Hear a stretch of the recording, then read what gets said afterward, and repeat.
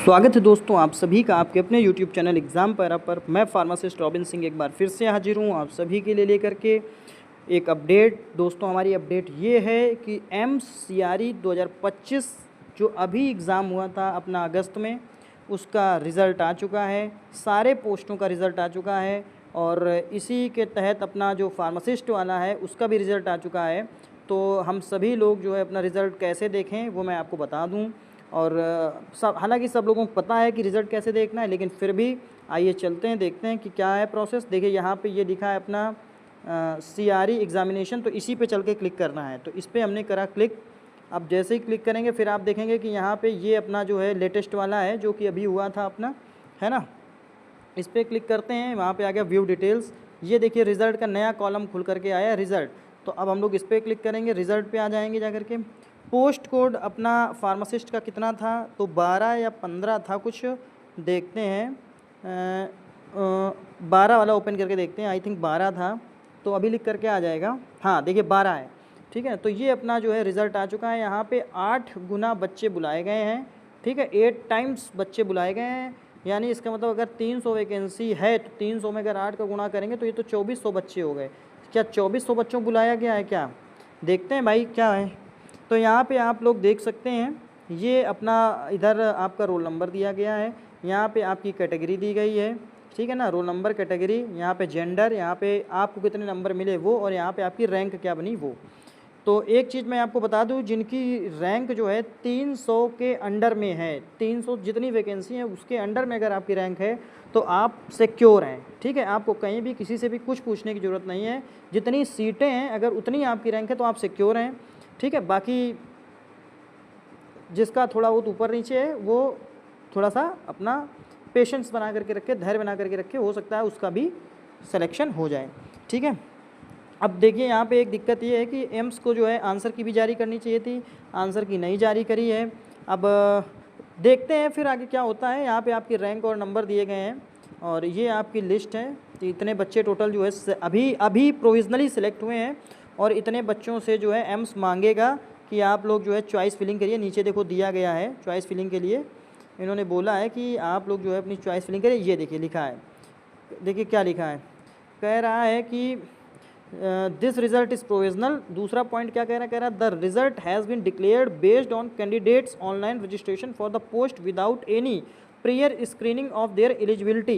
Their candidature remains subject to fulfilling the eligibility conditions outlined in the detailed recruitment advertisement notice number 278-225 dated 11/7/2025 and any subsequent notice published on the official website। कह रहा है अभी इन्होंने कोई भी scanning नहीं करी है। मान लो कोई कहीं किसी पोस्ट में बी फॉर्म एलिजिबिलिटी है, अगर आप डी फॉर्म है और आपने बी फॉर्म पे क्लिक कर दिया है तो वहाँ से आपको बाहर किया जाएगा, ठीक है। अभी इन्होंने किसी भी तरीके का छटाई नहीं करी है, मतलब छाटा बिना नहीं है ना, कि आप आपकी एलिजिबिलिटी क्या है, आपकी क्या है। तो इन्होंने अभी कुछ भी ऐसा नहीं किया, इन्होंने सीधे अभी रिजल्ट उठा करके दे दिया है। तीसरा में देखिए, तीसरा पॉइंट क्या कह रहा है, the list of candidates provide is 8 times the category wise seats advertise in notice number. कह रहा है जो भी कैटेगरी वाइज सीटें थी, मान लीजिए जनरल में 8 सीटें थी तो उसमें 8 गुना बच्चे बुला लिए गए। OBC में अगर 10 सीटें थी तो उसका 8 गुना बच्चे बुला लिए गए। इस तरीके से बच्चे बुलाए गए, ठीक है ना। और कह रहा है कि और आगे देखते हैं, कह रहा है as per the prescribed schemes of examination however inclusion in the list does not guaranteed employment for the advertise post. All ties cases have been resolved as per published criteria. Any tie cases with the last candidature scored for exercise choice. तो कहने का मतलब ये है कि जो भी tie होगा वो टाई ये अपने हिसाब से मानेंगे जा करके, ठीक है ना। और इसमें आपका नाम आने का मतलब ये नहीं कि आप क्लेम कर दीजिए कि नहीं मुझे नौकरी चाहिए, इसका मतलब ये नहीं कि आप क्लेम कर सकते हैं, ऐसा कुछ नहीं, ठीक है। फिर क्या कह रहा है कि for post where seats reserve for PWBD category are advertised all qualified candidates under. मतलब वही है कि उनको जो है अपना सब सर्टिफिकेट लेकर के जो है उपलब्ध होना पड़ेगा जा करके, है ना। फिजिकली हैंडीकैप्ड वालों को लेकर के जाना पड़ेगा। फिर कह रहा है all candidate must have relevant certificate ready in hands as per DRA valid as on closing date of application and can be. मतलब कुल मिलाकर के जो भी अब आपके डॉक्यूमेंट्स लगेंगे वो सारे आप रेडी रखिए, ठीक है, क्लोजिंग डेट से पहले। फिर कह रहा है इंडिविजुअल मार्क्स जो है अभी एम्स की वेबसाइट पे आ जाएंगे। All candidates must exercise their choice of institute and the order of preference for each group between 27/9/2025 से 6/10/2025। समझिए 27 तारीख से लेकर के अभी 27 सितंबर से लेकर के 6 अक्टूबर तक आपको चॉइस फिलिंग करनी है। जो भी एम्स या जो भी ESIC आप लेना चाहते हैं वही मतलब पोस्ट ऑर्डर ऑफ प्रेफरेंस का मतलब यही है कि आप कौन से एम्स को लेना चाहते हैं, कौन सी ESIC लेना चाहते हैं, उस पर आपको प्रेफरेंस देनी रहेगी। ठीक है। और फिर कह रहा है अगर के seats and institute will be allocated based on merit come choice. तो कह रहा है ये आपको तब मिलेगा जाकर के जो भी आपकी मेरिट बनेगी जाकर के उस हिसाब से। फिर कह रहा है मैंडेटरी चॉइस सबमिशन में candidates who fail to exercise their choice within the specified timeline will have their candidature automatically cancelled without any further notice. अगर आप इस तारीख के बीच में 27 से 6 के बीच में अगर आप ये सब नहीं करते तो आपका कैंडिडेचर ऐसे ही कैंसिल कर दिया जाएगा। फिर कह रहा है सच candidate will forfeit all claims regarding the applied post and no allocation rights will be available at any stage। और फिर आप कुछ भी करिए आपके लिए कोई जगह नहीं बचेगी एम्स के अंदर। If a candidate is called for choice submission but does not submits any choice, अगर कोई भी कैंडिडेट चॉइस सबमिशन के लिए जाता है और कोई भी चॉइस सबमिट नहीं करता है, दे will be excluded from further recruitment stage.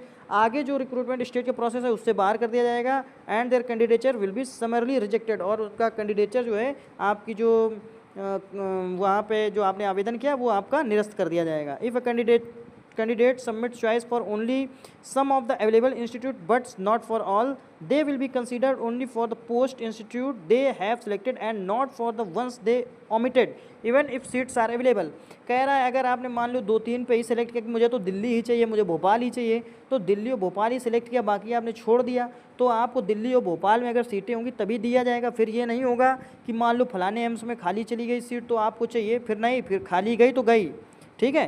तो ये सब कुछ है। अब वो कह रहा है कि candidate must carefully review their eligibility as per published eligibility criteria for respective applicable category for the post institute before exercising their choice. मतलब कुल मिलाकर के अब सब अपना पढ़ लो, है ना, सारे डॉक्यूमेंट्स ओके कर लीजिए और बस जो है जय हिंद जय भारत। तो ये आपका रिजल्ट आ चुका है दोस्तों। अब आप लोग अपना रिजल्ट देख लीजिए, यहाँ पे काउंट कर लीजिए कि कितने बच्चों को बुलाया, तो आपको आइडिया लग जाएगा भाई जितने पेज हैं, पहला वाला पेज दूसरा लास्ट वाला पेज छोड़ के बीच के जो पेज हैं उनमें कितने, एक पेज में कितने बच्चे हैं, है ना, और कितने पेज हैं गुणा करके ऊपर वाले बाद में काउंट कर लेना, नीचे वाले काउंट कर लेना, आपको पता चल जाएगा। ठीक है।